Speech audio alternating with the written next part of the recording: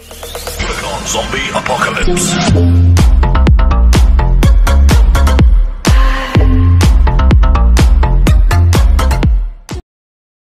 Hello everyone, welcome to our session.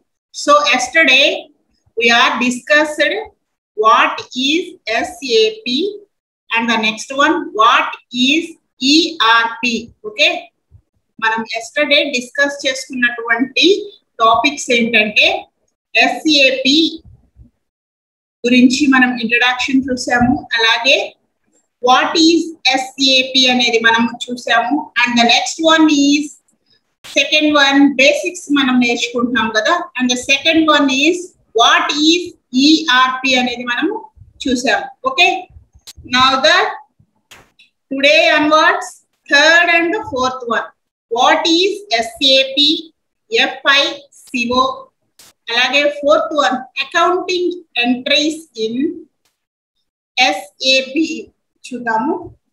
ఓకేనండి, FICO అనేది మనకి ఇది ఒక టర్మ్ కాదండి, ఇది డిఫరెన్స్ బేసిక్స్ మనం చూడాలి. ఫస్ట్ వన్ ఏంటంటే FI అనేది మనము చూద్దాము, and the second one CO. ఇక్కడ SAP అలాగే FICO అనేది ఇన్ డీటెయిల్ గా తెలుసుకున్నాము. దాని తర్వాత ఫోర్త్ వన్ కూడా మనం అకౌంటింగ్ ఎంట్రీస్ ఇన్ SAP అనేది తెలుసుకున్నాము. అంతకంటే ముందుగా మన ఛానల్ ని ఎవరైనా ఫస్ట్ టైం చూస్తున్నట్లయితే గనక ప్లీజ్ సబ్స్క్రైబ్ చేసుకోండి, పక్కన ఉన్న బెల్ సింబల్ ని క్లిక్ చేయండి. అప్పుడు మన నోటిఫికేషన్స్ అన్ని మీకు వస్తాయి అన్నమాట. మనం ఏం పెట్టినా సరే మీకు నోటిఫికేషన్స్ అనేవి వచ్చేస్తాయి. అలాగే వీడియోని ఫస్ట్ నుంచి లాస్ట్ వరకు ఎక్కడ స్కిప్ చేయకుండా లాస్ట్ వరకు చూడండి, మీకు ఈజీగా ఈ SAP అనేది ఏంటో అర్థమైపోతుంది. ఓకే, అలాగే షేర్ చేయండి, కామెంట్ సెక్షన్ లో కామెంట్ పెట్టండి, సబ్స్క్రైబ్ చేసుకోండి. Okay, now the class is started.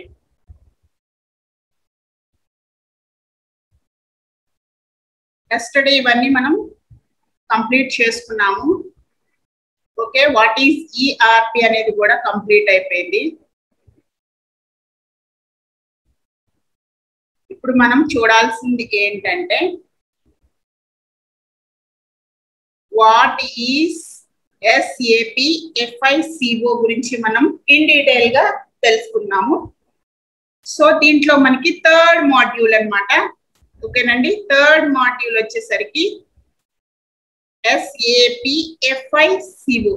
Okay, first మనం అసలు SAP, FICO అనేది ఏంటో చూద్దాము. నేను ఆల్రెడీ డిస్కస్ చేసుకున్నాము. SAP it is the one of the software. Okay, ఇది ఒక సాఫ్ట్వేర్ అన్నమాట. దీంట్లోనే మనకి FICO అనేది ఉంటుంది. సో అదేంటో చూద్దాం. SAP, FICO stands for FI. చెప్పే కదా, టూ టర్మ్స్. ఇక్కడ FI అనేది ఒకటి, ఒక single, next one is CO అనేది ఇంకొకటి అన్నమాట. Two different variants.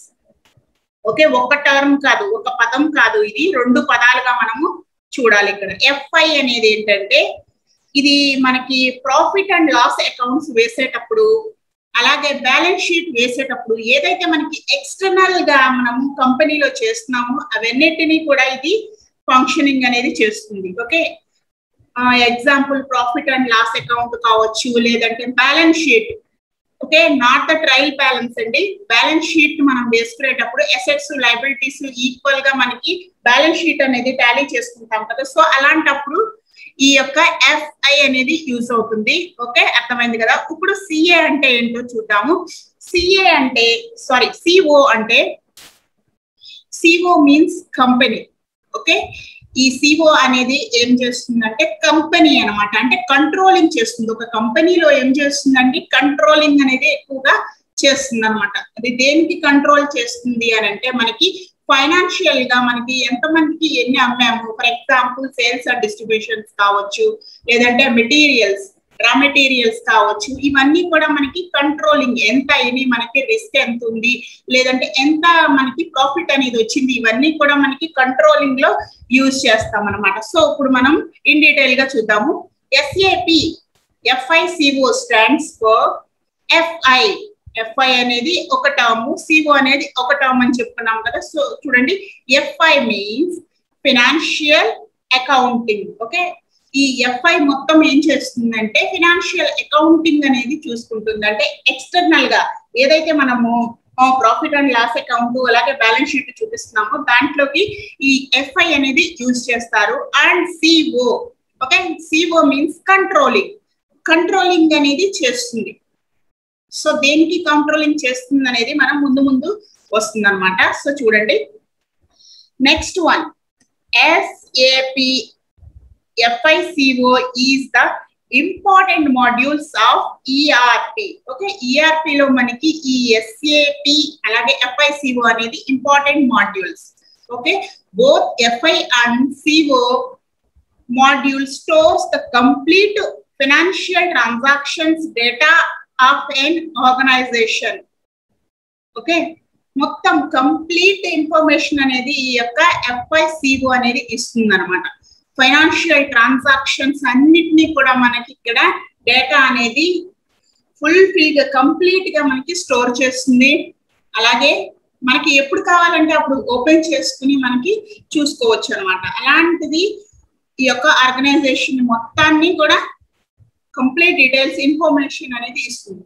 Okay, what external SAP FICO modules is. External అని చెప్పుకున్నాం ఇందాక. దేనికి?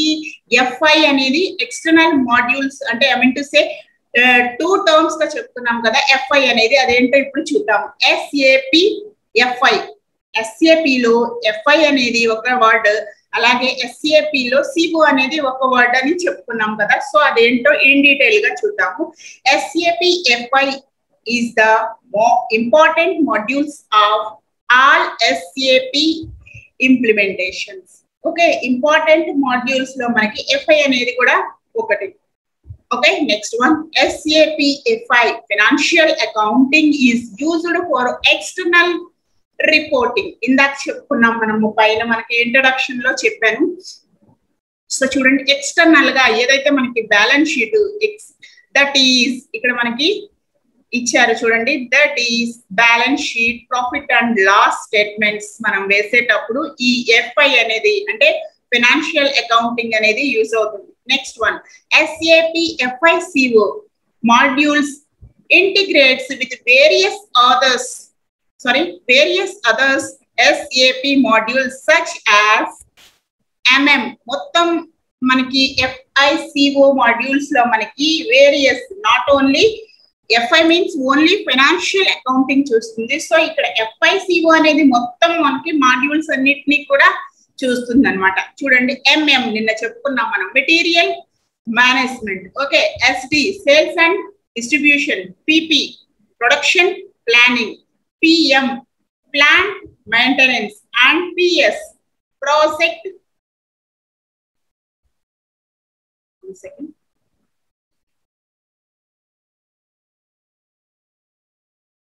PS project system. సో ఇవన్నీ కూడా మనకి మొత్తం FIC మొత్తం కూడా కంట్రోలింగ్ లో మనకి ఆర్గనైజేషన్ లాగా అన్ని కూడా కంట్రోల్ చేస్తుంది. Next one, SAP FI financial accounting modules receives postings from various other modules such as material management, sales and distribution, human resources through integrations. So ఇక్కడ చూడండి, మనకి ఫైనాన్షియల్ అకౌంటింగ్ లో మనకి మెటీరియల్ మేనేజ్మెంట్ అనేది ఒక సెక్షన్, అలాగే sales and distributions అనేది ఒక సెక్షన్, హ్యూమన్ రిసోర్సెస్ అనేది ఒక సెక్షన్ గా ఉంటాయి. సో ఇక్కడ మొత్తానికి ఏదైతే మనం చెప్పుకుంటున్నామో MM, SD, PP, HR అనేది ఇవన్నీ కూడా మనకి only receives postings various modules నుంచి కూడా తీసుకుంటుంది. అంటే మెటీరియల్ మేనేజ్మెంట్ ఉంది ఇక్కడ. మెటీరియల్స్ అనేవి ఎంత పట్టినాయి అంటే ముడి పదార్థాలు అని అంటాము. ఏదైనా వస్తువుని ఏదైనా తయారు చేయాలంటే, ఫర్ ఎగ్జాంపుల్ ఏదో ఒక product, for example toothpaste ని తయారు చేయాలనుకోండి, ఆ టూత్ పేస్ట్ కి కావాల్సినటువంటి మెటీరియల్స్ ముడి సరుకుని ఫస్ట్ సేకరించాలి, అవును కదా. సో ముడి సరుకుకి వీళ్ళు పెట్టుబడి ఎంత పెట్టారు, ఎంత ముడి సరుకు అనేది వచ్చింది, దాన్ని తయారు చేసేటప్పటికి ఎంత కాస్ట్ అయింది, అలాగే సేల్స్ అండ్ డిస్ట్రిబ్యూషన్, దాన్ని అమ్మినప్పుడు అలాగే డిస్ట్రిబ్యూషన్స్ కి ఎంత ఖర్చు అయింది, ఇవన్నీ కూడా మనకి ఈ యొక్క ఫైనాన్షియల్ అకౌంటింగ్ లో మొత్తం చూపిస్తుంది అనమాట. Next one, all accounting relevant transactions which are made in logistics are posted real time to financial accounting by automatic accounting. మనకి ఇవన్నీ కూడా ఆటోమేటిక్ గా LO లాజిస్టిక్స్ అంటే సరుకు రవాణా నిన్న చెప్పుకున్నాము. మనకి వేర్ హౌసింగ్ నుంచి కస్టమర్ కి వెళ్లే వరకు కూడా మధ్యలో జరిగినటువంటి రవాణా సరుకు అనేది ఎక్కడి నుంచి మనకి వెళ్తుంది, ఎక్కడికి వెళ్తుంది, ఎంత కాస్ట్ అయింది, అక్కడి నుంచి ఇక్కడికి రావడానికి సరుకు ఎంత కాస్ట్ అయింది, ఇవన్నీ కూడా మనకి ఈ యొక్క లాజిస్టిక్స్ లో మొత్తం తెలుస్తుందంట. ఓకే, ఫైనాన్షియల్ అకౌంటింగ్ లో ఆటోమేటిక్ గా మనకి అకౌంట్స్ లో మనకి ఈ యొక్క FI ఓకే ఫైనాన్షియల్ అకౌంటింగ్ లో మొత్తం అనేది వచ్చేస్తుంది. అలాగే రావడంతో పాటు ఏమవుతుందంట, this data can also be passed on to controlling CO. ఇక్కడ మనకి ఏం చేసింది, ఫస్ట్ FI అనేది FICO లో మనం చూస్తున్నాము.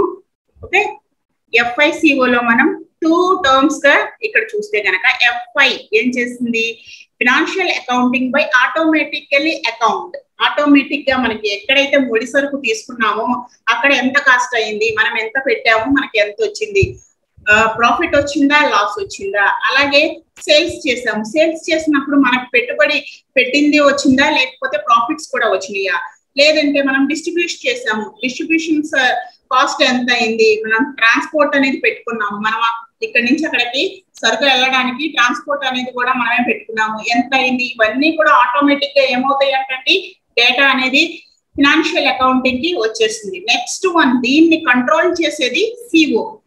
This data can also be passed. ఇదే డేటా FI నుంచి మళ్ళీ ఏమవుతుందంట, CO కి పాస్ అవుతుంది. సో ఇక్కడ ఏం చేస్తుంది, CO అనేది కంట్రోలింగ్ అని చెప్పాను కదా. FI ఎక్స్టర్నల్ గా మనకి చేస్తే, నెక్స్ట్ CO అనేది ఏం చేస్తుంది అంటే ఇంటర్నల్ కంపెనీలో జరిగే వాటిని కంట్రోలింగ్ చేయడం. ఫర్ ఎగ్జాంపుల్, ఒక పెద్ద ఆర్గనైజేషన్, ఒక పెద్ద కంపెనీ తీసుకుందాం. What is that, Tata company ఉందండి. టాటా కంపెనీలో వాళ్ళకి ఉప్పు నుంచి మొత్తం టాటా ఎవరైతే ప్రొడక్షన్ అనేది చేస్తున్నారో అక్కడి నుంచి కస్టమర్ కి అందించే వరకు కూడా వాళ్ళు టాటా అనేది సాల్ట్ ఉంది, మనకి ప్రతిదీ పెద్ద పెద్ద లారీలు ఉన్నాయి, లారీల మీద టాటా అని చెప్పి రాసుకుంటుంది. సో ఇట్లా ఐరన్ కావచ్చు, వాట్ ఎవర్, ఇప్పుడు టాటా అనేది అన్నిట్లో ఇన్వాల్వ్ అయిపోయి ఉంది. సో ఇలా టాటా గ్రూప్స్ కానివ్వండి, ఇవన్నీ కూడా ఏంటి, ఇంటర్నల్స్ గా అంటే కంపెనీలో జరిగేటటువంటి ఇంటర్నల్స్ గా ఈ CO అనేది చూసుకుంటుంది అనమాట. ఓకే, వాటిని కంట్రోల్ చేస్తుంది. మెటీరియల్ కి ఎంత అయింది, ఎందుకు అంత అయింది, ఓకే ఇంత అవ్వకూడదు, రిస్క్ ఏమైనా ఉందా, మనం పెట్టిన పెట్టుబడికి తిరిగి వస్తాయా, లేదంటే అంతకంటే ప్రాఫిట్స్ ఎక్కువ వస్తాయి, ఇలా మనం ఇంటర్నల్ గా ఈ CO అనేది చూస్తుంది. FI అనేది ఏంటంటే ఎక్స్టర్నల్. ఓకే, అర్థమైంది అనుకుంటున్నాను. FICO లో once again I will repeat, FICO లో FI అనేది ఎక్స్టర్నల్ గా మనకి చూస్తుంది.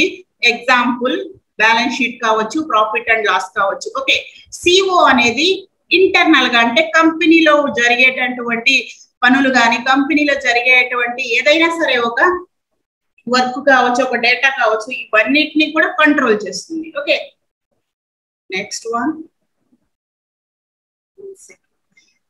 చూడండి, ఇక్కడ క్లయింట్. ఇక్కడ మనం ఏం చూస్తున్నాము, organizational structure in SAP FI లో మనకి ఎలా ఆర్గనైజేషన్స్ ఉంటాయో చూడండి.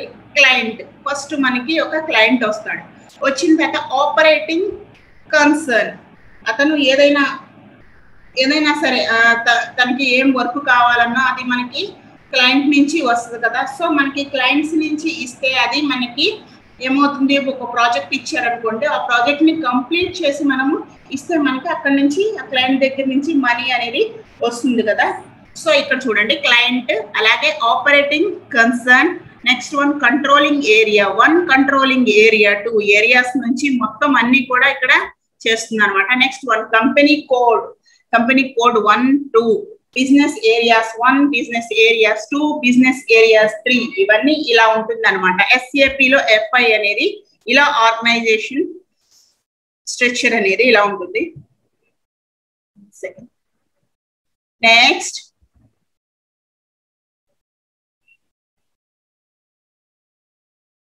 SAP FI modules contains the following sub modules. ఈ SAP FI మాడ్యూల్స్ లో కూడా కొన్ని సబ్ మాడ్యూల్స్ ఉన్నాయి అన్నమాట. అవి కూడా డీటెయిల్ గా తెలుసుకున్నాము. చూడండి, జనరల్ లెడ్జర్ అకౌంటింగ్ మనం జనరల్ గా మనం వేసుకుంటూ ఉంటాము. బీకామ్ ఎంకామ్ బ్యాక్గ్రౌండ్ ఉన్న వాళ్ళకి ఆల్మోస్ట్ ఇవన్నీ తెలిసే ఉంటాయి. జనరల్ లెడ్జర్ అకౌంటింగ్ అంటే మనకి సరుకు ఎంత వచ్చింది, రోజువారీ కావచ్చు లేదంటే నెలవారీ కావచ్చు, వాళ్ళు ఉన్నటువంటి రిలేషన్షిప్ మీద ఒక వెండర్ కావచ్చు లేదంటే ఒక కస్టమర్. సో ఇలా వాళ్ళకి ఏమవుతుందంటే రోజువారీ డీల్స్ అనేవి ఉంటాయి అన్నమాట ఒక లెడ్జర్ రూపంలో. ఇప్పుడు ఫర్ ఎగ్జాంపుల్ ఇప్పుడు మనకి ఇంతకు ముందు పొద్దులు ఖాతాలు అని చెప్పి ఒక బుక్ ఉండేది. ఆ బుక్ లో వాళ్ళు ఎంటర్ చేసుకునేవాళ్ళు. సో లెడ్జర్స్ వేసుకోవటం, అలాగే profit and loss accounts, credit debit, ఇలా మనకి what comes in what goes out ఇలా మనకి చేసుకునేవాళ్ళు. ఇప్పుడు మనకి ఆన్లైన్ లోనే చెప్తున్నారు, ఖాతా బుక్ అని చెప్పి ఒకటి వస్తుంది. ఓకే, ఆ ఖాతా బుక్ లో మొత్తం డీటెయిల్స్ ఇస్తే మనకి టోటల్ చేసి ఆ బుక్ మనకి చూపిస్తుంది అనమాట. మనం ఏం టోటల్ చేసుకోవక్కర్లేదు. సో ఇక్కడ జనరల్ లెడ్జర్ అకౌంటింగ్ అనేది చూస్తుంది. అలాగే అకౌంటింగ్ రిసీవబుల్స్. ఓకే, రిసీవబుల్స్ అనేవి కూడా ఇవి సబ్ మాడ్యూల్స్ అన్నమాట. Next one accounting payables, asset accounting, bank accounting, okay, consolidation, special purpose ledger, travel management. ఇవన్నిటిని కూడా మనకి ఏంటండి, ఇవన్నీ ఏంటి SAP FI లో ఉన్నటువంటి సబ్ మాడ్యూల్స్. ఇప్పుడు ఒక్కొక్కటి మనం తెలుసుకుందాం. ఫస్ట్ వన్ ఏం చెప్పుకున్నాము, జనరల్ లెడ్జర్ అకౌంటింగ్ అని చెప్పుకున్నాము. సో ఈ జనరల్ లెడ్జర్ అకౌంటింగ్ లోకి వచ్చేసరికి ఇది ఏం చేస్తుందంటే కంప్లీట్ రిపోర్ట్ ఇస్తుంది. ఎక్స్టర్నల్ అండ్ ఇంటర్నల్ అకౌంటింగ్ లో కంప్లీట్ రిపోర్ట్ ఇస్తుంది అనమాట. That is accounts, generals, okay, journals, monthly debit and credit ఇందాక చెప్పుకున్నాము, రోజువారీ కావచ్చు నెలవారీ కావచ్చు అని. ఇవన్నీ కూడా balance sheet and recording all business transactions ని మనం ఇక్కడ లెడ్జర్ రూపంలో వేసుకోవచ్చు. Next one accounts payable. Accounts payable records or manages all accounting data related to vendors. Vendors దగ్గర నుంచి మనకి ఒక రిసిప్ట్ అనేది, ఒక రికార్డ్ అనేది ఉంటుంది అనమాట. అంటే ఎంత పే చేసాము, ఓకే, ఇంకా ఎంత పే చేయాలి అనేది కూడా ఇక్కడ అకౌంటింగ్ పేబుల్స్ కూడా మనకి ఉంది. Next one accounts receivables. ఇందాక పేబుల్స్ చూసాము, ఇప్పుడు రిసీవబుల్స్. ఒక సెండర్ కి మనం ఎంత పే చేసాం అనేది దాని నుంచి ఒక రిసిప్ట్ అనేది వస్తుంది కదా కస్టమర్ కి. సో అది కూడా ఒక రికార్డ్ గా ఉంటుంది అనమాట. Next one asset accounting. Asset accounting is utilized for managing your company assets. SAP allows you to categorize asset and to set value for depreciation calculations in each asset classes. Okay, మనకి ఒక asset అనేది ఉంది. ఆ asset ని మనం అమ్మాలనుకున్నాం అనుకోండి, అంటే స్థిరాస్తి కావచ్చు, చరాస్తి కావచ్చు, ఏదైనా సరే, fixed asset or movable asset.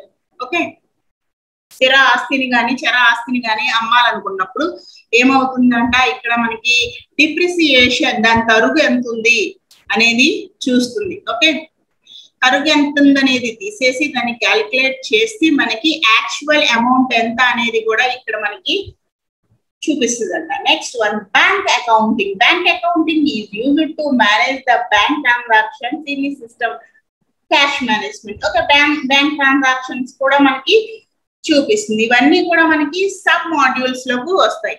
Next one consolidations. అంటే ఒకే వైపు, ఓకే, ఒక వ్యక్తి నుంచి కానివ్వండి, లేదంటే ఒక కంపెనీ అవ్వచ్చు, లేదంటే ఒక వ్యక్తి అవ్వచ్చు. Okay, consolidations enable the combining of financial statements for multiply entries within an organization. Okay, multiply entries.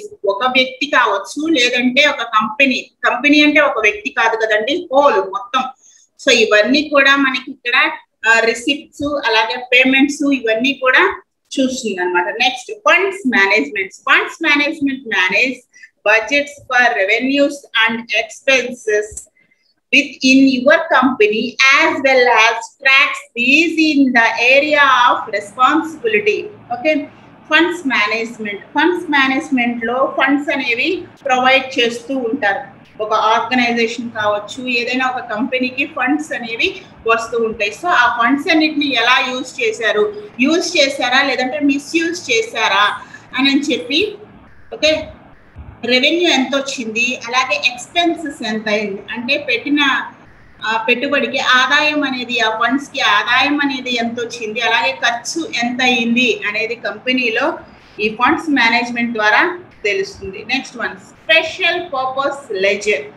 Special purpose ledger is used to define ledgers for reporting purposes. అంటే ఫర్ ఎగ్జాంపుల్, కంపెనీలో ఏదైనా ఒక వ్యక్తి, ఒక ఉద్యోగికి ఏదైనా ప్రాబ్లం వచ్చినప్పుడు ఆ కంపెనీ నుంచి స్పెషల్ అమౌంట్ అనేది కొంచెం పక్కన పెట్టుకుంటూ ఉంటారు. ఓకే, సాలరీస్ కాకుండా బోనసెస్ హైక్ ఎలా పెంచుతారో అలాగే కొంచెం స్పెషల్ గా, అంటే కొంచెం వాళ్ళకి ఏమవుతుందంటే స్పెషల్ గా పర్ఫామ్ చేసిన వాళ్ళు ఉంటారు, లేదంటే ఏదైనా ప్రాబ్లం వచ్చిన వాళ్ళు ఉంటారు పర్సనల్ గా. సో ఇలాంటి వాళ్ళ కోసం ఫండ్స్ అనేవి కొన్ని పక్కన పెట్టుకుంటూ ఉంటారు అనమాట. అలా స్పెషల్ గా యూజ్ చేసే వాటిని స్పెషల్ పర్పసెస్ కోసం రిపోర్టింగ్ చేస్తూ ఉంటారు. అలాగా ఒక లెడ్జర్ వేసుకుని మనకి స్పెషల్ పర్పస్ అని హెడ్డింగ్ పెట్టుకుని లెడ్జర్ అనేది వేసుకుంటూ ఉంటారు. Next one, travel managements. Travel managements provides management of all travel activities including booking trips and handling of expenses associated with travels. Okay, travelling means what? Travel means ఒక చోట నుంచి ఇంకో చోటకి ప్రయాణం అవటం అంటాం తెలుగులో. సో ఇక్కడ ట్రావెల్స్ అనేది ఏంటంటే బుకింగ్ ట్రిప్స్, బుక్స్ అనేవి ట్రావెల్ అవుతూ ఉంటాయి. ఇక్కడ మనకి కంపెనీలో రికార్డ్స్ అన్ని కూడా బుక్స్ రూపంలో, ఇంతకు ముందు, ఇప్పుడు అంతా కంప్యూటర్ బేస్డ్ అయిపోయింది కాబట్టి ఇంతకు ముందు బుక్స్ అనేవి ఎలా ఉండేయండి, మొత్తం రికార్డ్స్ అన్ని కూడా చాలా జాగ్రత్తగా రికార్డింగ్ చేసి ఆడిటర్ వచ్చి ఆడిట్ చేస్తే ఆ బుక్స్ లో మనకి బ్యాలెన్స్ షీట్ ఎంత ఉంది, వీడు కరెక్ట్ గా ట్యాక్స్ కడుతున్నాడా లేదా, ఓకే, ట్యాక్స్ అనేది కరెక్ట్ గా కడుతున్నాడా లేదా అని చెప్పి ఆ బుక్స్ ని రిఫర్ చేసిన తర్వాత ఒక రిపోర్ట్ అనేది ఒక ఆడిటర్ పై వాళ్ళకి ఇస్తాడనమాట. సో ఇలా బుక్స్ ఎక్కడి నుంచి ఎక్కడికి ట్రావెల్ అవుతూ ఉంటాయి అనమాట. వాళ్ళు ఎవరైనా చెకింగ్ వచ్చినప్పుడు తీసుకెళ్లటము, తీసుకురావటము, ఇలా జరిగే ప్రాసెస్ లో అయినటువంటి ఎక్స్పెన్సెస్ ని మనకి ఇది ట్రావెలింగ్ మేనేజ్మెంట్ లో చూడవచ్చు. ఓకే, నెక్స్ట్ వన్, ఇప్పుడు దాకా మనం SAP-FI లో ఏమేమి చూసామండి, మాడ్యూల్స్ లో FI గురించి తెలుసుకున్నాము, అలాగే SAP-FI లో సబ్ మాడ్యూల్స్ కూడా తెలుసుకున్నాము. సో ఇప్పుడు మనం SAP-CO గురించి ఇన్ డీటెయిల్ గా తెలుసుకున్నాము. సో CO అనేది కంపెనీ అని అనుకోండి. ఓకే, కంట్రోలింగ్, యాక్చువల్లీ కంపెనీలో ఉండేటువంటి controlling. Okay, it is internal controlling. It is a functions which provides you will information for company management decision making. Okay, కంపెనీలో అటువంటి డెసిషన్ మేకర్ గా ఈ యొక్క SAP-CO ని తీసుకోవచ్చు. ఫర్ ఎగ్జాంపుల్, ఇప్పుడు ఇందాక చెప్పుకున్నాం మనం FI లో ఏంటి, FI లో MM మెటీరియల్ కావాలి, PP ప్రొడక్షన్ అనేది జరగాలి, మెటీరియల్ కావాలి. ఫస్ట్ ఏదైనా ఒక వస్తువు తయారవ్వాలి అని అనుకోండి, దానికి కావాల్సినటువంటి మెటీరియల్ ని మనము సప్లై చేసుకోవాలి. ఓకే, నిన్న చెప్పుకున్నాం మనం. ఫర్ ఎగ్జాంపుల్, ఇప్పుడు ఏదైనా ఒక చైర్ ఒక కుర్చీ తయారు చేయాలనుకోండి, దానికి కావాల్సినటువంటి మెటీరియల్ ఏమేంటి, ఫస్ట్ వుడ్ అనేది సప్లై చేసుకోవాలి, చెక్క, వుడ్ మీన్స్ చెక్కని సప్లై చేసుకోవాలి. అలాగే దానికి కావాల్సినటువంటి ఏవైతే ఉంటాయో మెటీరియల్స్, మేకులు కావచ్చు, లేదంటే దానికి కొట్టడానికి హ్యామర్ కావచ్చు, స్టిక్ చేయడానికి గమ్స్ కావచ్చు, ఇవన్నీ ఉంటేనే మనకి దానికి కొయ్యటానికి బ్లేడ్స్, ఇవన్నీ కూడా ఒక చైర్ పూర్తిగా మనకి ఫినిష్డ్ గూడ్స్, రా మెటీరియల్ నుంచి ఫినిష్డ్ గూడ్ అయ్యే వరకు కూడా మొత్తం మధ్యలో జరిగే ప్రాసెస్ అంతా కూడా మనకి ఇక్కడ ఏమంటాం, కంట్రోలింగ్ చేసేదే ఈ యొక్క CO. ఓకే, అర్థమైంది కదా. కంపెనీలో జరిగేటువంటి లావాదేవీలన్నిట్లో కూడా ఇన్వాల్వ్ అవుతుంది, అలాగే డెసిషన్ మేకింగ్ కూడా తీసుకుంటుంది అనమాట. ఓకే, దాన్నే కంట్రోలింగ్ అని అంటాము. అంతే కదా. ఈ కంట్రోలింగ్ అనేది లేకపోతే మనకి FI అనేది కూడా ఉండదు. ఓకే, FI లో ఎక్కడైతే పాస్ అయినా సరే, అంటే అకౌంటింగ్ డేటా మొత్తం వచ్చినా సరే ఈ సిఓ అనేది కంట్రోల్ చేయకపోతే అది అవ్వదు. ఓకే, నెక్స్ట్ చూడండి. SAP CO facilities coordination, monitoring and optimizations of all process in an organization. Okay, ఏమేం చేస్తుంది, ఏమేం ఫెసిలిటీస్ ఇస్తుంది అంటే కోఆర్డినేషన్ అనేది లేకపోతే ఒక కంపెనీలో వర్క్ అనేది సరిగ్గా రన్ అవుతుంది కదా. అలాగే మానిటరింగ్ అనేది చేస్తుంది ఎక్కువగా, ఎవరు ఏమేం చేస్తున్నారు, ఎలా చేస్తున్నారు అనేది ఎక్కువగా మానిటరింగ్ చేస్తుంది. అలాగే ఆప్టిమైజేషన్ చేస్తుంది. ఇవన్నీ కూడా ఒక కంపెనీలో మొత్తం దీని కిందే ఉంటదంట. ఓకే, ఏదది SAP CO. Okay, learn SAP CO module step by step from basic to advanced concepts with real time controlling project scenarios. Okay, ఇక్కడ అడ్వాన్సెస్ గా మనకి స్టెప్ టు స్టెప్ మనం ఇన్ డీటెయిల్ గా కింద చూద్దాము. This SAP CO tutorials are designed from basis, okay, so that every beginning learner can easily learn SAP CO. ఇక్కడ మనం చెప్పుకోబోయేది కింద ఏదైతే సబ్ మాడ్యూల్స్ ఇవన్నీ ఉన్నాయో ఇది ఎంతో ఈజీగా ఉంటుంది. అలాగే మొదటిసారిగా ఎవరైనా నేర్చుకోవాలన్నా ఈ కోర్స్ ని చాలా ఈజీగా నేర్చుకోవచ్చు అనమాట. ఓకే, అలాగే ట్రైనింగ్ కూడా ఈజీగా తీసుకోవచ్చు కంట్రోలింగ్ మాడ్యూల్స్ మీద. ఓకే, ఇక్కడ కూడా FI లాగా కొన్ని సబ్ మాడ్యూల్స్ అనేవి ఉన్నాయి. కంట్రోలింగ్ లో సబ్ మాడ్యూల్స్ చూద్దాము. Over head cost controlling. Over head ఎక్కువగా కాస్ట్ కంట్రోలింగ్ అనేది ఇది చేస్తుంది. Okay, example cost centres, orders ఇవన్నిటిని కూడా కంట్రోల్ అనేది చేస్తుంది. Next one product cost controlling. Product cost అనేది కంట్రోల్ చేస్తుంది. Okay, used for calculating and evaluating the cost of goods manufactured for a product. Okay, product cost అనేది control చేస్తుంది. For example ఇప్పుడు చెప్పుకున్నాం మనం ఇందాక, ఒక రా మెటీరియల్ కావాలి, ఒక ప్రోడక్ట్ అనేది తయారవ్వాలంటే దానికి కావలసినటువంటి ముడి పదార్థాలు ఉండాలి, అది తయారు చేయబడాలి. ఓకే, రా materials to work in process to finished good.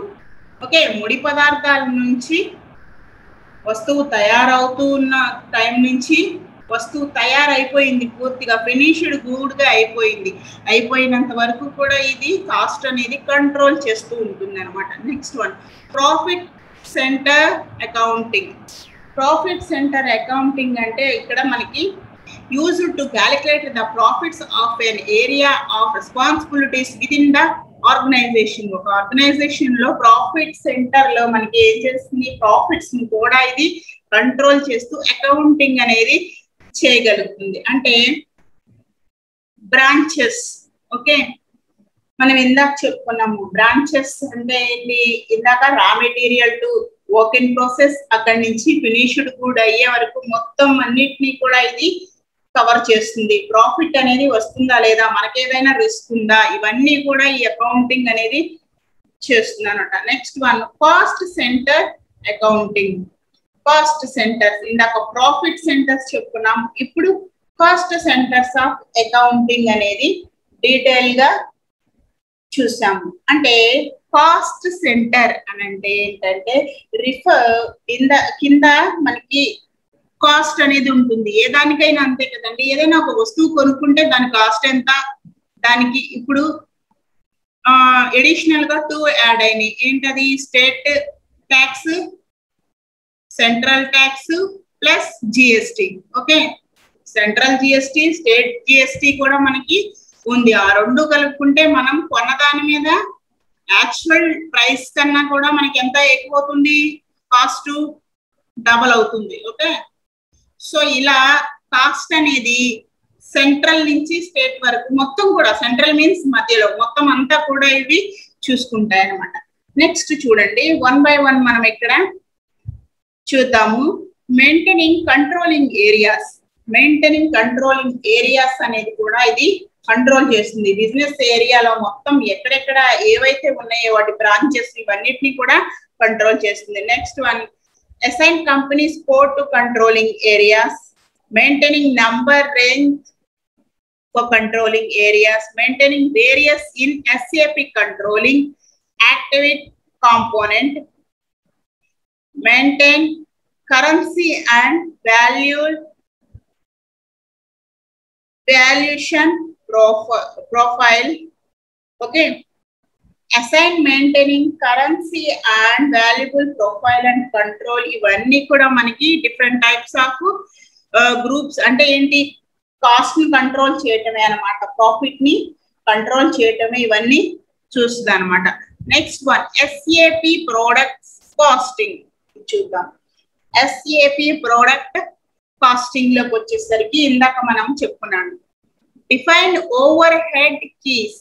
ఎక్కువగా మనకి క్యాష్ అనేది ఇన్ఫ్లో అవుతుందా అవుట్ఫ్లో అవుతుందా, ఎక్కడ ఓవర్ క్యాష్ ఫ్లో అనేది జరుగుతుంది, ఇవన్నీ కూడా మొత్తం ఈ SAP కాస్టింగ్ లో మనకి తెలుస్తుంది. అలాగే maintaining over head cost elements.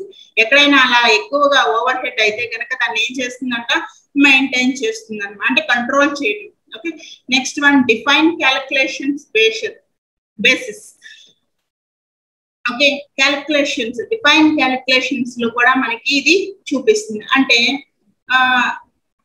మనకి గూడెంలో తయారైనటువంటి సరుకు ఎంత అయింది, అలాగే అక్కడి నుంచి ట్రాన్స్పోర్ట్ కి ఎంత ఖర్చు అయింది, అక్కడి నుంచి కస్టమర్కి వెళ్ళే వరకు ఎంత ఖర్చు అయింది, ఇదంతా కూడా డిఫరెంట్ టైప్స్ ఆఫ్ క్యాలిక్యులేషన్స్ అంతా కూడా చూసుకుంటుంది అనమాట. Next, cost element accounting, profit centre, ఇవన్నీ కూడా చూస్తుంది. Set control parameter for actual data. Maintain plan versions. Maintain operating concerns. ఇవన్నీ కూడా ప్లాన్ వర్షన్స్ కావచ్చు. ఇవన్నీ మొత్తం కూడా మనకి కంట్రోలింగ్ చేస్తూ ఉంటుంది. ఒక కంపెనీలో ఇన్వాయిస్ టు సే ఇంటర్నల్ గా మొత్తాన్ని కంట్రోల్ అనేది చేస్తుంది అనమాట. ఇప్పుడు దాకా మనము ఏమేం చూసాము, SAP FI CO లో SAP FI చూసాము, అలాగే FI యొక్క సబ్ మాడ్యూల్స్ చూసాము, అలాగే SAP CO చూసాము, అలాగే SAP CO లో సబ్ మాడ్యూల్స్ చూసాము. ఇప్పుడు దాకా జస్ట్ మనం చెప్పుకున్నాం ఓవరాల్ గా. ఇప్పుడు అక్కడ అకౌంటింగ్ అనేది, ప్రతిదీ అకౌంటింగ్ అనేది ఎలా ఎంటర్ చేస్తారో, ఓకే, జర్నల్స్ కావచ్చు, లెడ్జర్ అనేది ఎలా, పర్టికులర్స్, బ్యాలెన్స్ షీట్, సో ఇవన్నీ కూడా మనం అకౌంటింగ్ ఎంట్రీస్ అనేది ఇప్పుడు చూద్దాము. Accounting entries, it is the last 4th one basis లో మనము నేర్చుకున్నాము. నేను మీకు 4 కంప్లీట్ చేస్తానని చెప్పాను కదా yesterday.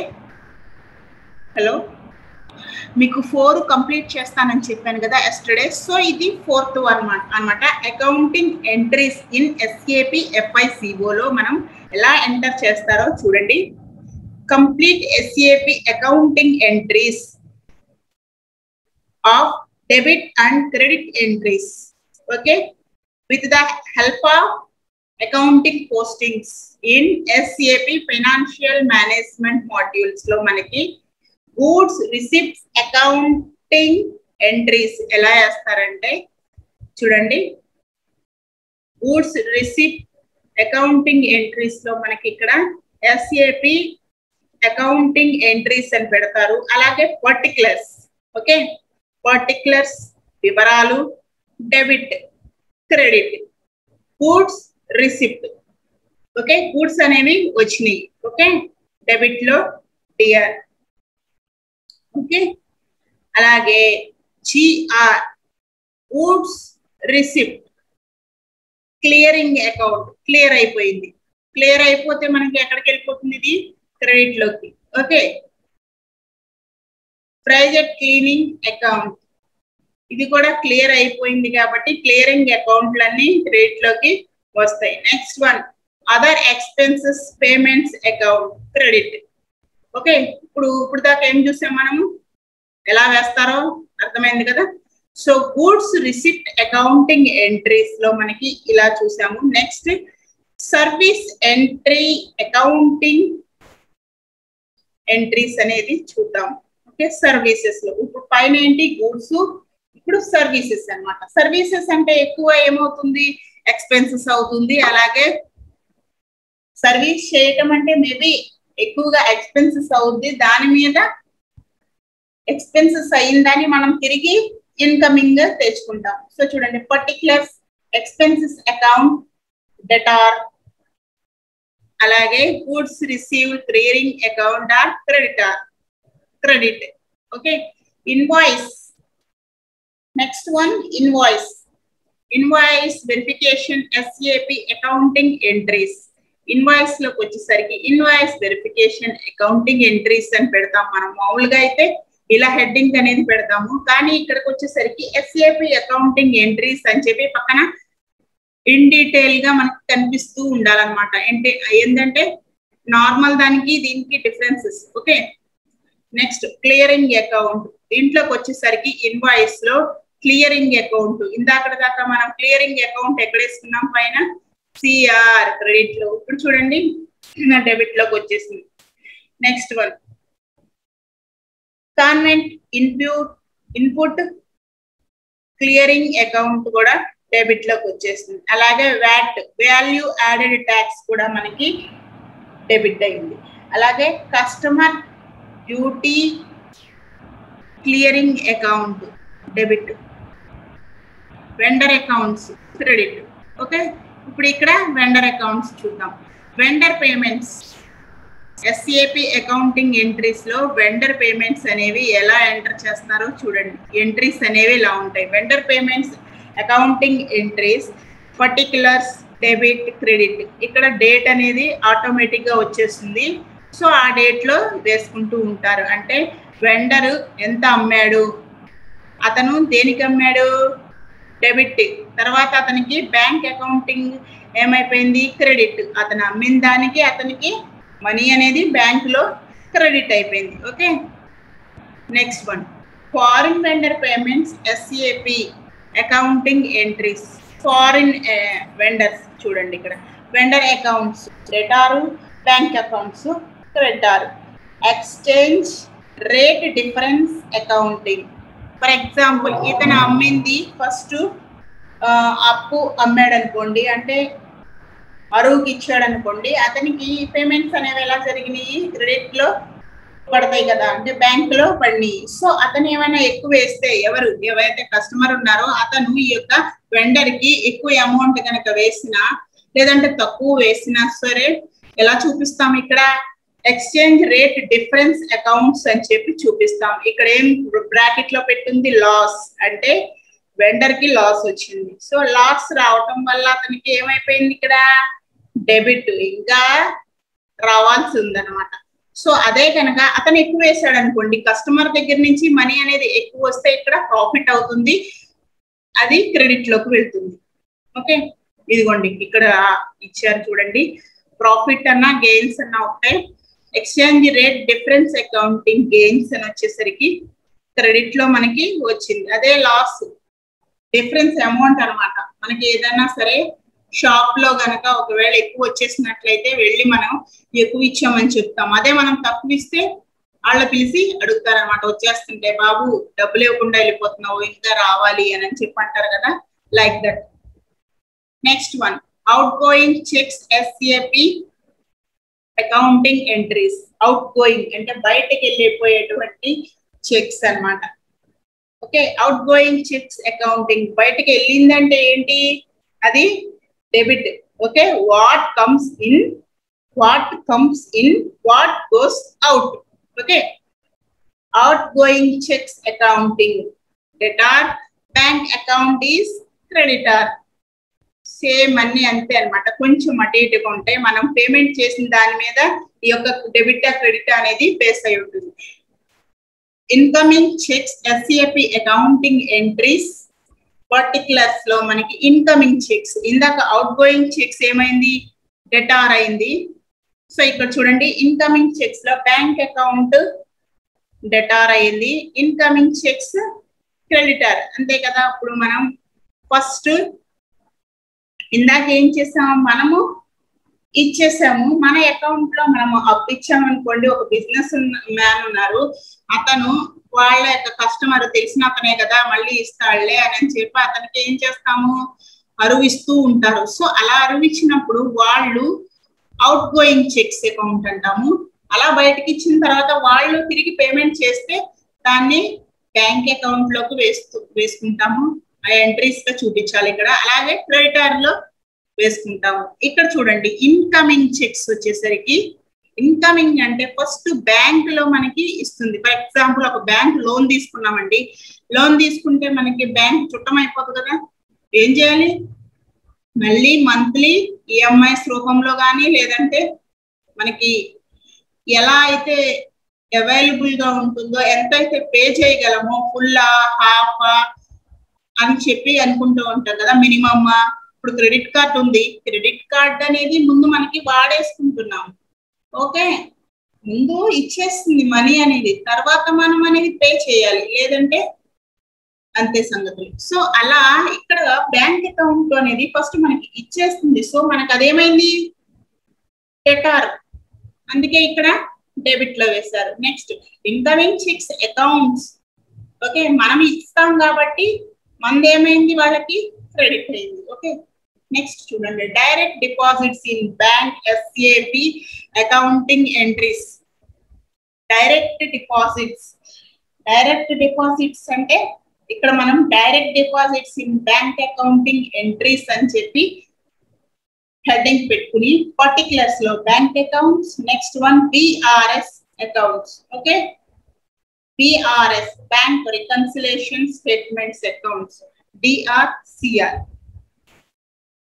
Okay, next one bank charges SAP accounting entries. Bank charges అనేవి ఒక్కొక్కసారి చార్జ్ చేస్తూ ఉంటుంది. అంటే ఇప్పుడు ఫర్ ఎగ్జాంపుల్ ఇప్పుడు ఏదైనా సరే మనం బ్యాంక్ అకౌంట్ ఓపెన్ చేసినప్పుడు చార్జెస్ కానివ్వండి, లేదంటే ఆ అకౌంట్ లో మినిమం బ్యాలెన్స్ అనేది లేకపోతే మినిమం బ్యాలెన్స్ అనేది ఉండాలి, లేదంటే ఎంతో కొంత చార్జ్ చేసి మన అకౌంట్ లో నుంచి కట్ చేసేస్తుంది. సో అలా బ్యాంక్ చార్జెస్ అనేవి ఉంటాయి కదా, వాటిని మనం ఇక్కడ డెటార్ లో చూపించుకోవాలి. Next bank charges accounting entries. Bank account ఏమో క్రెడిటార్ వస్తారు. Next one advances payments to vendor. Advanced payments to vendors అంటే మనకి ముందే అమ్మేవాళ్ళు ఎవరైతే ఉంటారో, విక్రయిస్తారో వాళ్ళకి ముందే మనం డబ్బులు ఇచ్చేస్తాం అనమాట. ఫర్ ఎగ్జాంపుల్ ఇప్పుడు ఒక గోల్డ్ షాప్ ఉందండి, ఒక గోల్డ్ షాప్ లో మనకు ఒక నచ్చిన ఐటమ్ ఉంది. సో అలాంటి ఐటమ్ ని, ఓకే, అలాంటి ఐటమ్ ని, అది కూడా ఒక లాస్ట్ పీసే ఉంది, సో మోడల్స్ లో ఒక్కటే ఉంది అనుకోండి, మనకు బాగా నచ్చితే ఏం చేస్తాము, ముందు మనము పే చేసేస్తాము. అమౌంట్ అనేది ఎంత ఉంటే అంత పే చేసి మనం ఫుల్ పేమెంట్ అనేది నేను తీసుకున్నాక ఇస్తాను, మీ దగ్గర ఉంచండి, నేను వస్తువు తీసుకునేటప్పుడు మళ్ళీ మీకు హాఫ్ ఇచ్చాను కదా. ఫర్ ఎగ్జాంపుల్ ఇప్పుడు 1 lakh అనుకోండి, ఏదైనా ఒక గోల్డ్ ఆర్నమెంట్ అది ఒక్కటే పీస్ ఉందనుకోండి, లాస్ట్ పీస్, లేదంటే ఆ మోడల్స్ నచ్చి మన దగ్గర కరెక్ట్ గా అమౌంట్ లేకపోతే ముందే మనం హాఫ్ అమౌంట్ అనేది ఇచ్చేసి అది తీసుకున్నాక ఏం చేస్తాము, ఫుల్ అమౌంట్ అనేది ఇస్తాము. దాన్ని మనం నార్మల్ లాంగ్వేజ్ లో చెప్పాలంటే డౌన్ పేమెంట్ అని చెప్పి అంటాం కదా. సో అలా ఫస్ట్ మనము వెండర్ కి ఇచ్చేస్తే అది ఏమైపోతుంది, వెండర్ కి ఓకే డెటార్ అయిపోతుంది. Okay, advanced payments vendor account లో డెటార్ అవుతుంది, ఎందుకంటే ఫుల్ గా మనము పే చేయలేదు కాబట్టి మనం బ్యాంక్ అకౌంట్స్ లో మనకి క్రెడిట్ అవుతుంది. అంటే మనం ఫుల్ గా చేయలేదు కాబట్టి మన బ్యాంక్ అకౌంట్ లో ఏమవుతుందండి, క్రెడిట్ అయిపోతుంది. సో అతనికి ఫుల్ పేమెంట్ కట్టేసిన తర్వాత ఏమైపోతుంది, అతనికి క్రెడిట్ లోకి వస్తుంది, మనదేమో డెబిట్, అంటే బ్యాంక్ అకౌంట్ డెబిట్ లో నుంచి వెళ్ళిపోతుంది. Next advances receipts from customer accounting entries.